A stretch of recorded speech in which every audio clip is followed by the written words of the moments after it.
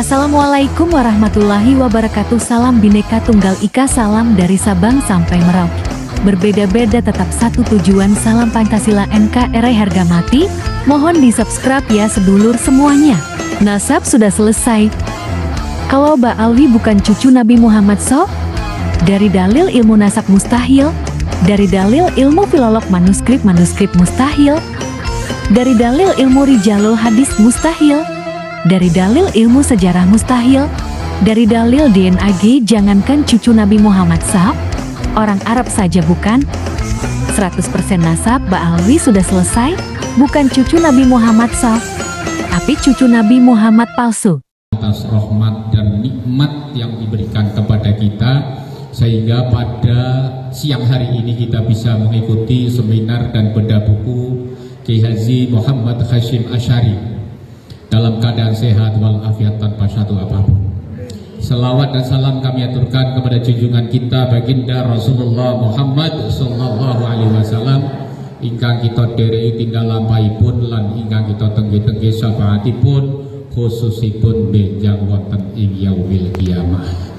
Kula dongake mugi-mugi sedaya muslimat NU Karanganyar, baik rantingnya, anak cabangnya, PC-nya ingkang rawuh wonten ing papan mriki, mugi-mugi tansah pinaringan gesang ingkang barokah.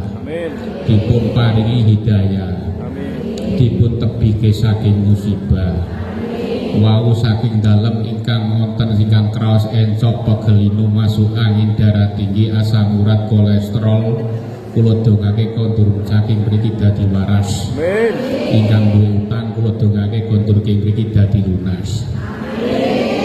Ibu-ibu nyai nyuwun pangapunten, kala wingi dipun telepon kalian ibu nyai ibunda kita Ibu Sulis. Pak Barok benjang saged boten teng Karanganyar. Kula jawab acara nopo? Seminar. Kaget kula.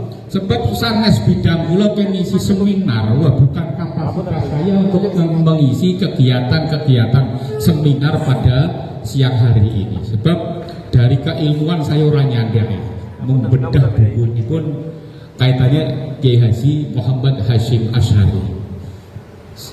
Lah, dilalai sebelum Senin beliau telepon, Senin saya ada tugas pansus mendampingi DPRD Kabupaten Wonogiri ke 3-4 tempat, yaitu ke Cimahi, ke Kota Bandung, Kabupaten Bandung, dan Kabupaten Bandung Barat. Dan baru saja pagi ini tadi saya baru pulang. Nyuwun sewu bunyai kula ket wingi. Kula mboten saged, insyaallah mboten saged. Ini mugi-mugi mbok menawi kula nanti bisa pulang dulu saya insyaallah, tapi saya tidak bisa menjanjikan. Dilalai kula golek tiket sepur kalau wingi sedaya full karena hari libur. Lah niki mau dalu sekitar jam 1 jam berapa bedal saking mriko rombongan jam 7 dugi Wonogiri kula bablas mriki alhamdulillah. Niki kula dereng saged mungkin nyampaikan materi niku bunyai wong kula iki dereng siap materi niku. Mboten napa-napa sing penting dugi ya. Beliau ngaten. Berbicara terkait tentang sejarah Kiai Haji Mbah Hashim Asy'ari. Siapa tokoh yang tidak kenal dengan beliau? Baik tokoh Islam, tokoh agama-agama lain, Nasrani, Buddha, semua kenal dengan beliau. Bukan hanya orang Indonesia saja yang kenal dengan beliau, tapi dunia juga kenal dengan beliau. Karena apa? Karena beliau di samping seorang ulama, beliau adalah seorang pemikir, seorang nasionalisme, dan seorang pejuang sejati yang lahir asli dari Indonesia. Banyak peninggalan-peninggalan beliau, terutama karya-karya beliau, buku-buku kitab-kitab beliau ditinggalkan agar dipelajari, agar menjadikan pegangan hidup kita warga Nahdlatul Ulama. Tadi sudah dijelaskan banyak. Di dunia pun beliau mempersatukan umat, di mana ketika kekhilafan Turki Masnia kekhilafan di Arab runtuh, kemudian Arab Saudi digantikan oleh Raja Saud pada saat itu, di mana Raja Saud akan menerapkan mazhab Wahabi sebagai mazhab resmi, maka inilah menjadi sebuah gejolak khususnya para kaum pondok pesantren. Kalau mazhab Wahabi dijadikan mazhab resmi di Arab Saudi, tentunya nanti ada situs-situs sejarah yang akan dihancurkan oleh pemerintah Arab Saudi, termasuk salah satunya adalah makam Rasulullah Muhammad Sallallahu Alaihi Wasallam. Maka beliau membentuk sebuah komite Hijaz yang mana tugasnya adalah untuk menyampaikan pada pemerintah Arab Saudi, dalam hal ini adalah Raja Saud, agar situs sejarah khususnya makam Rasulullah tidak dihancurkan. Dan alhamdulillah jasa beliau, kemudian beliau menunjuk Kiai Haji Wahab Hasbullah sebagai ketua komite Hijaz datang ke Mekah untuk menyelamatkan penghancuran situs-situs sejarah tersebut. Dan alhamdulillah sampai hari ini yang datang ke Mekah pasti masih melihat makam Rasulullah Muhammad Sallallahu Alaihi Wasallam. Juga di samping itu beliau menanamkan rasa nasionalismenya di saat-saat perang menghadapi penjajah.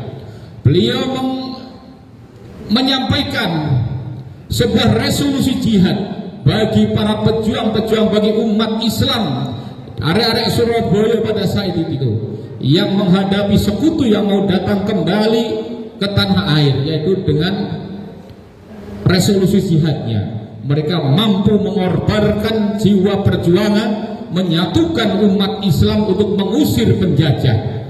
Alhamdulillah dengan resolusi jihad, semua tua muda, para umat Islam, santri-santri pondok pesantren bangkit menghadang penjajah. Dan dengan resolusi jihad itu maka penjajah bisa diusir dari Indonesia. Inilah beliau.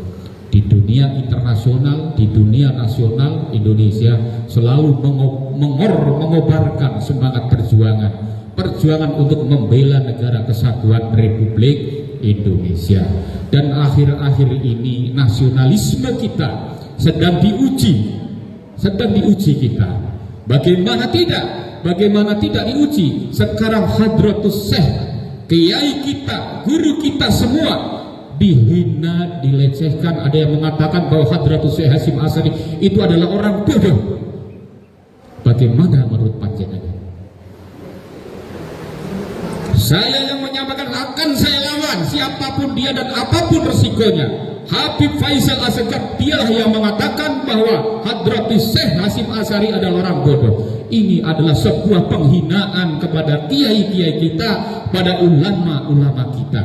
Maka saya sampaikan dengan lantang apapun resikonya.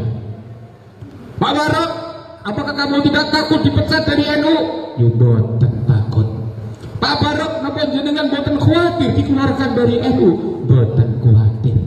Justru saya takut ketika saya menjadi ketua NU, saya tidak bisa berbuat banyak manakala kiai-kiai kita dihina, manakala lembaga-lembaga kita dihina, manakala sejarah kita dibelokkan. Inilah yang saya takuti. Jadi bukan sebuah jabatan yang melekat pada diri saya.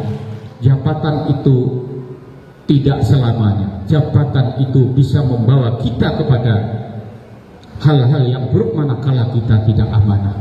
Oleh karena itu, mungkin panjenengan telah melihat media-media saat ini, hari ini bagaimana. Tidak saya tanggapi, karena itu adalah resiko dari perjuangan saya meneruskan perjuangan Hadratus Syekh Hasyim Asy'ari.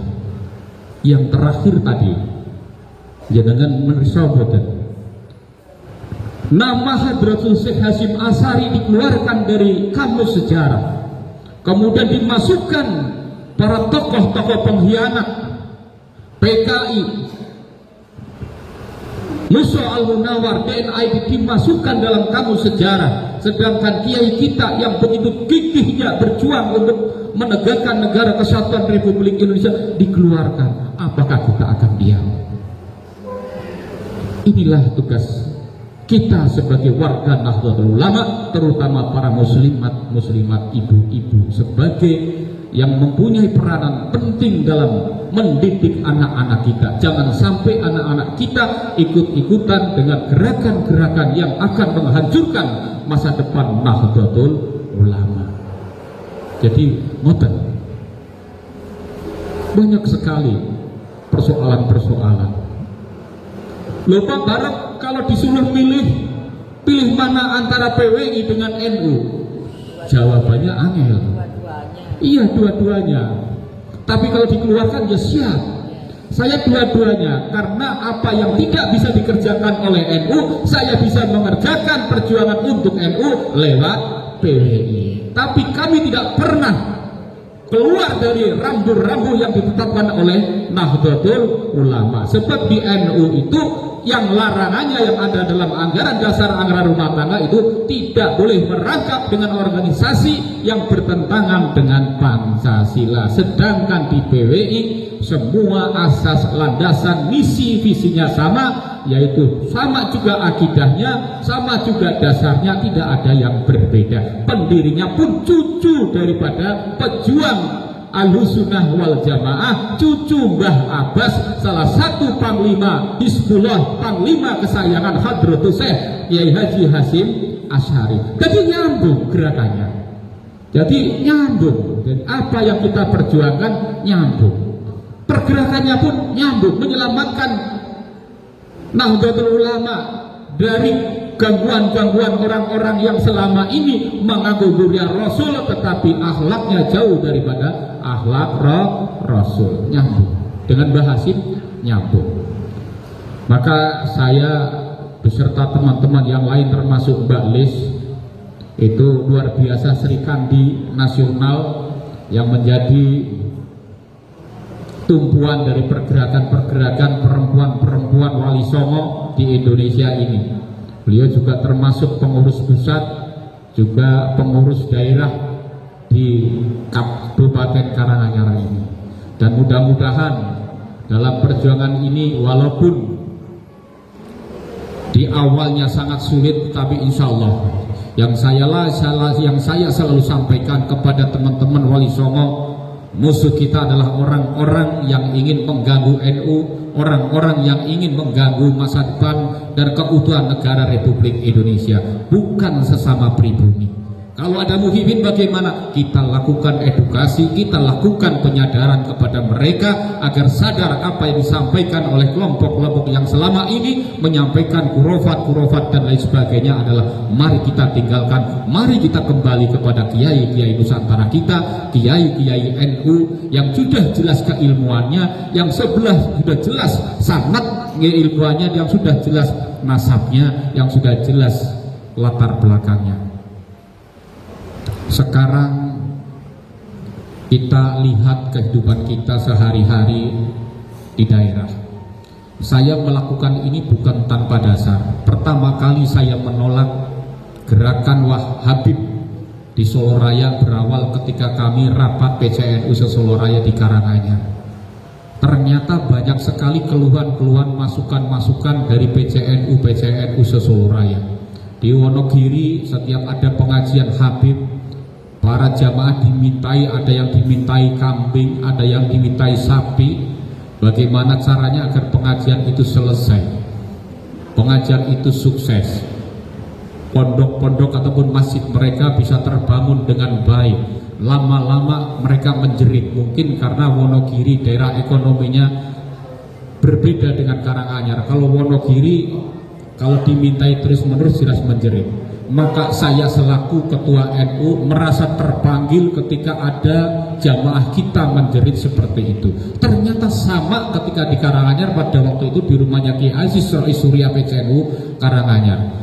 Muncullah maka NU Solo Raya harus mengambil sikap, yaitu harus menolak, harus melarang warga Nahdlatul Ulama mengundang Habib ketika ada kegiatan-kegiatan keorganisasian. Maka saya sampaikan, meledaklah pada saat itu. Maka saya termasuk orang yang diintimidasi dan didatangi kurang lebih 200 orang dari Ponorogo, tapi saya tetap berdiri kokoh menghadapi mereka bahwa ini Wonogiri adalah wilayah saya.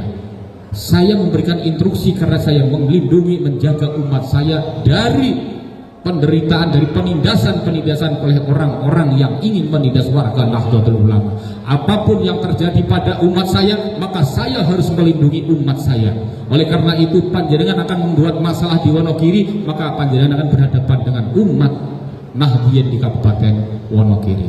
Inilah daripada apa yang saya sampaikan dan apa yang saya perjuangkan selama ini terkait masalah pergerakan Nahdlatul Ulama, terkait meneruskan perjuangan Hadratus Syekh Hasyim Asy'ari tentang nasionalisme.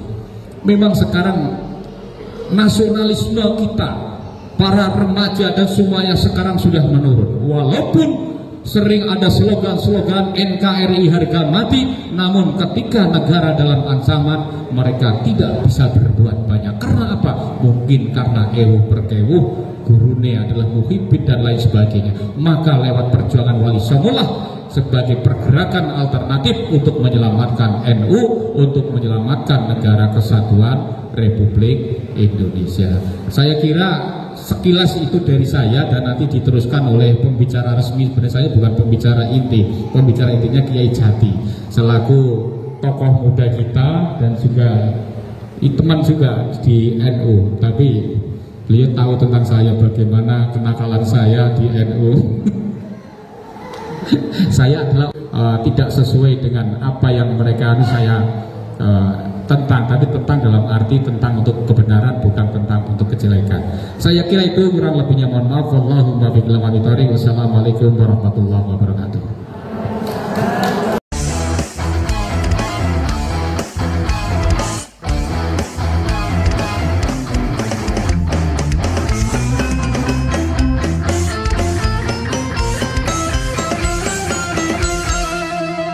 Jadikanlah hidup lebih berarti, jadikanlah laskar sang pemberani, membela ulama kiai pribumi, Wali Songo pewaris negeri.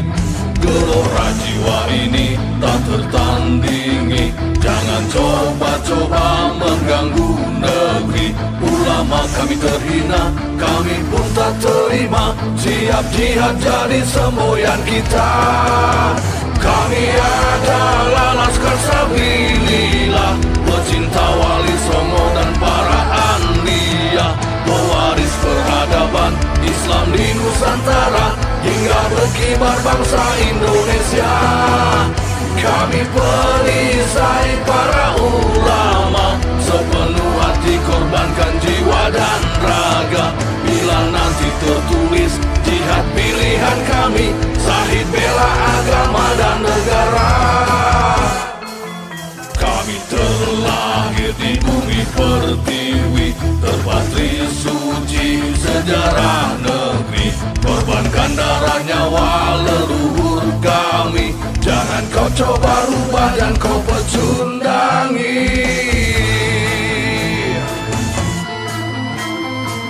Wali Songo adalah zuriat Nabi, santun berakhlak berbudi pekerti, wariskan agama dan budaya Islami.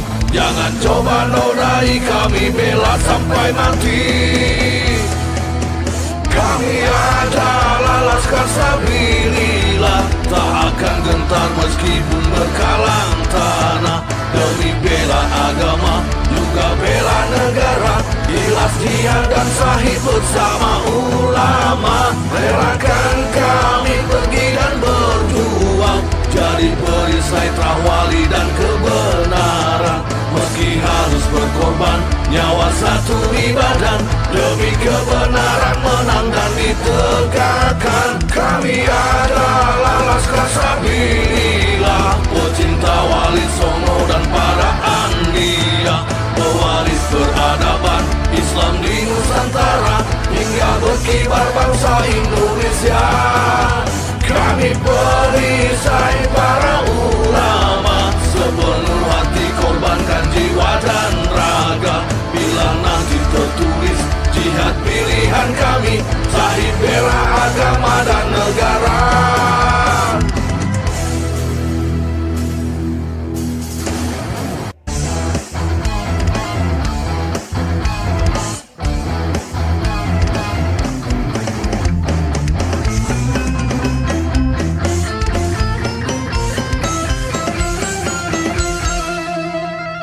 Jadikanlah hidup lebih berarti, jadikanlah laskar sang pemberani, membela ulama kiai pribumi, Rahwali Songo pewaris negeri. Gelora jiwa ini tak tertandingi, jangan coba-coba mengganggu negeri. Ulama kami terhina, kami pun tak terima, siap jihad jadi semboyan kita. Kami adalah laskar